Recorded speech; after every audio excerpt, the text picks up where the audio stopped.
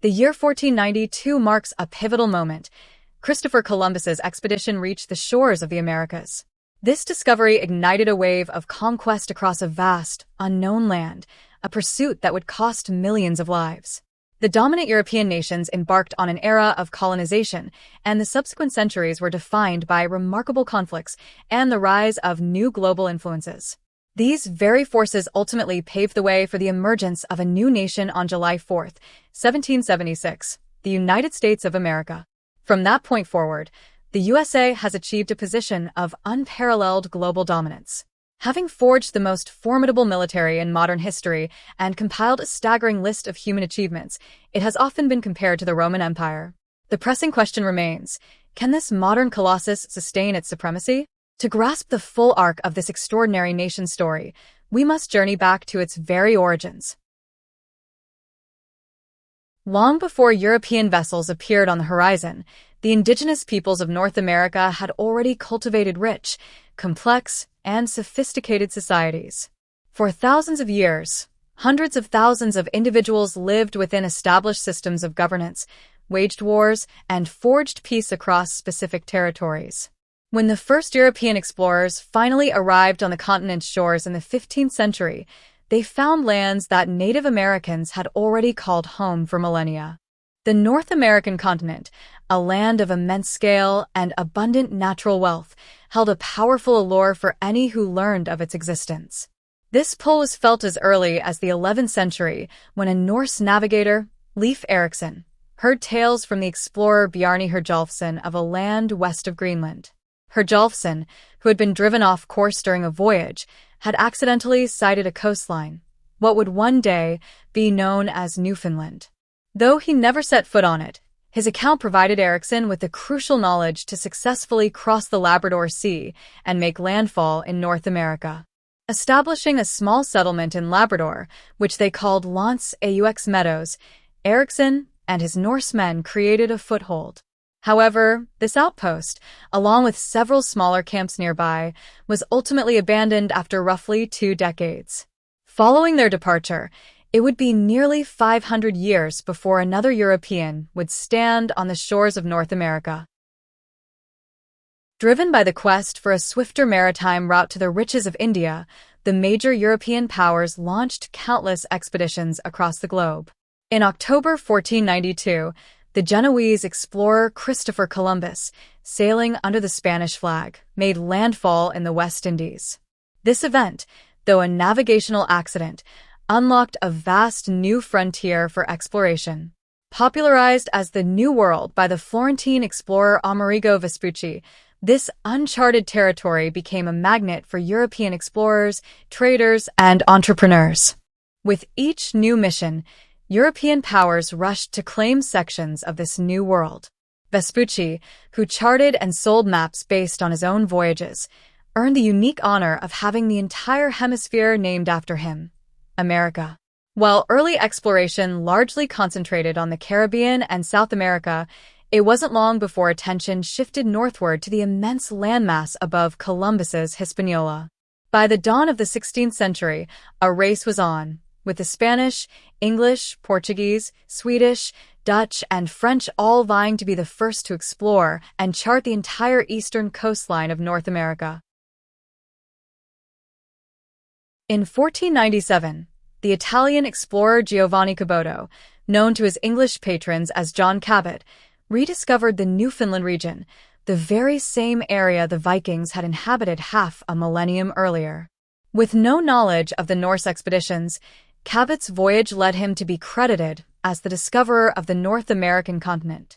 Further south, Spanish expeditions led by figures like Juan Ponce de Leon, Alvar Núñez Cabeza de Vaca, and Hernando de Soto meticulously mapped Florida and the American Southeast, laying the groundwork for permanent Spanish colonies.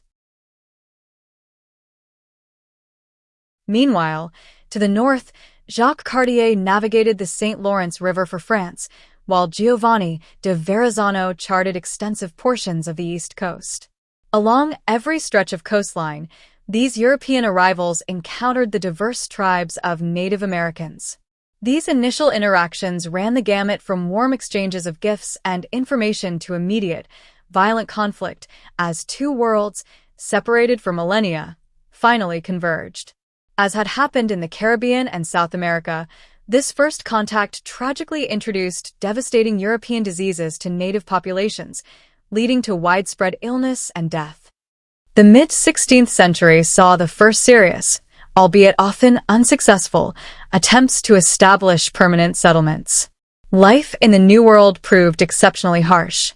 In 1585, the English undertook an effort to plant a permanent colony on Roanoke Island, off the coast of modern-day North Carolina. The brutal Atlantic crossing left the colonists, many of them military men, critically short of supplies upon arrival. Initial contact with local tribes, the Aquascagok, Pamela, and Sakonnet, quickly soured. A dispute with the Aquascagok escalated, culminating in the colonists burning their village. Relations with the Sakonnet were more fruitful, providing enough food to survive a harsh winter. However, smallpox and influenza epidemics ravaged the native villages that came into contact with the colonists. As communication faltered and violence flared, the discouraged colonists eventually abandoned the settlement. A second attempt to settle Roanoke arrived in 1587. This group, composed largely of middle-class London families with no military experience, landed on Croton Island and began constructing a settlement about 40 miles south of the previous failed site. This colony also faced immense hardship. A planned relief mission in 1588 was plundered by Spanish naval vessels, severing contact and leaving the colony's exact location unknown to English authorities. That same year, a Spanish ship sailing near Croton Island noted it appeared deserted. When a relief mission finally arrived in 1590, they saw smoke rising from both Croton and Roanoke Islands. A landing party found both settlements completely abandoned and ransacked. The only clues were CRO carved into a tree and Croton etched into a post of a stockade. The fate of the settlers was never discovered, earning Roanoke the haunting name, the Lost Colony. Meanwhile, in 1564, a group of French Huguenots attempted to start a colony in what is now St. Augustine, Florida. Their settlement was short-lived, however, as it was attacked and its male inhabitants killed by rival Spanish forces. Ironically, the Spanish colony subsequently established at St. Augustine is now recognized as the first permanent European settlement in North America. In 1607, the English mounted another attempt at a permanent colony. Sponsored by the London Company, a group of settlers aimed to establish a foothold in Virginia, selecting a marshy location on the James River they named Jamestown. The colony made a promising start, quickly erecting shelters and a defensive palisade. Early relations with the local Powhatan tribes were tense, but gradually improved as both groups learned to coexist. The Powhatan provided crucial food and friendship, while the colonists focused their energies on searching for gold. Instead of riches, they found that their swampy site was a breeding ground for disease. Jamestown suffered from poor organization, sickness, and the unforgiving environment, despite Powhatan assistance. The colony's fortunes only turned when Captain John Smith assumed a near-dictatorial command. He reorganized their efforts, establishing structured trade with the natives and, crucially, forcing the colonists to plant their own crops. Although Smith returned to England not long after, he had instilled a discipline that enabled the settlement to endure subsequent years of famine and struggle. Jamestown not only survived but began to thrive by the mid-17th century, earning its place as the first enduring English settlement in the New World. In 1619, a full 12 years after its founding, Jamestown witnessed another historic and tragic first, the arrival of the first African slaves in Virginia. Between 20 and 30 enslaved Africans, captured by English privateers from a Spanish slave ship, were brought to Point Comfort. From there, some were sold or traded to the settlement at Jamestown. While slavery had existed in the New World since the mid-1500s, this moment marked the tragic genesis of 2.5 centuries of chattel slavery within what would become the United States. English colonization continued in 1620 with the establishment of the Puritan colony at Plymouth, Massachusetts. Unlike the profit-driven London Company, the Pilgrims of Plymouth sought religious freedom. Their journey across the Atlantic on the Mayflower was brutal, marked by months of terrible weather. After initially landing near present-day Provincetown, the colonists, concerned about their legal standing, drafted and signed the Mayflower Compact. This document established their right to self-governance while maintaining loyalty to the English crown. Finding Provincetown unsuitable for settlement, and after a brief, violent encounter with a local tribe, they sailed on, eventually settling at Plymouth Harbor. They built their new home on the site of an abandoned Patuxet village, strategically located between two hills where they constructed forts. Their first winter was a struggle, with many living aboard the Mayflower while building ashore. In March 1621, they made contact with the Wampanoag. Their chief, Massasoit, was deeply wary of the newcomers. Also uncertain was Squanto, Tisquantum, a Patuxet man living with the Wampanoag. Squanto, who spoke English after having been kidnapped by an English explorer in 1614, became a vital interpreter. He helped bridge the gap between the Puritans and Massasoit, facilitating a non-aggression pact. In the autumn of 1621, the Pilgrims celebrated a 3-day harvest feast with Chief Massasoit and his men, an event now commemorated as the First Thanksgiving. This gathering, where both groups contributed food, symbolized the fragile cooperation that underpinned Plymouth's early success. Like Jamestown, Plymouth's effective management encouraged further investment and colonization from England. Throughout the 17th century, more and more companies crossed the Atlantic, founding new settlements that gradually spread and merged. The Massachusetts Bay Colony, for instance, eventually absorbed Plymouth and others as it expanded. As these communities became established, a robust trade network opened with Europe, channeling goods, capital, and more colonists into the New World. Other European powers were equally determined to carve out their own permanent stakes, grabbing coastal territory for themselves. Small settlements grew into vast territories claimed in the name of distant monarchs.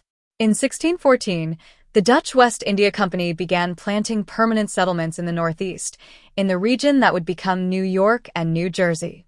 This colony, called New Netherlands, consisted of small outposts and fur trading posts on Governor's Island and along the Hudson. In 1624, fearing attack from rival Europeans, the Dutch purchased the island of Manhattan from the Munsee Lenape tribe for the equivalent of $24 and constructed Fort Amsterdam at its southern tip. The surrounding settlement, naturally named New Amsterdam, thrived on trade and commerce from its very beginning, harnessing its unique harbor location to fuel growth. Its prosperity made it a tempting prize for the English, who coveted control of the Hudson River. In 1664, English warships sailed into the harbor and demanded the Dutch surrender. The city was handed over without a shot, an event that nevertheless helped spark the Second Anglo-Dutch War. By June 1665, New Amsterdam was rechartered under English law, and Spain, with its head start in the New World, had focused on colonizing South America and the Caribbean, but also began settling what would become the American Southeast. From their base at St. Augustine, Spanish expeditions pushed inward, connecting their Mexican conquests with probes northward toward Canada, effectively carving a vast claim through the center of the continent. By the end of the 17th century, Spain's North American empire sprawled across much of the Deep South, Midwest, and West. France, England's primary rival, concentrated its permanent settlement efforts along the St. Lawrence River, still hoping to find a passage to the Pacific. The settlements of Tadoussac, Quebec, Trois-Rivières, and Montreal sprang up along its banks, pushing ever further inland. After securing a monopoly on the region's fur trade, France extended its influence southward, down the Mississippi River. In the Gulf of Mexico, they established New Orleans, in 1718. Situated on the banks of the Mississippi, this settlement became the gateway to the river's entire watershed, a true crown jewel in France's burgeoning North American empire.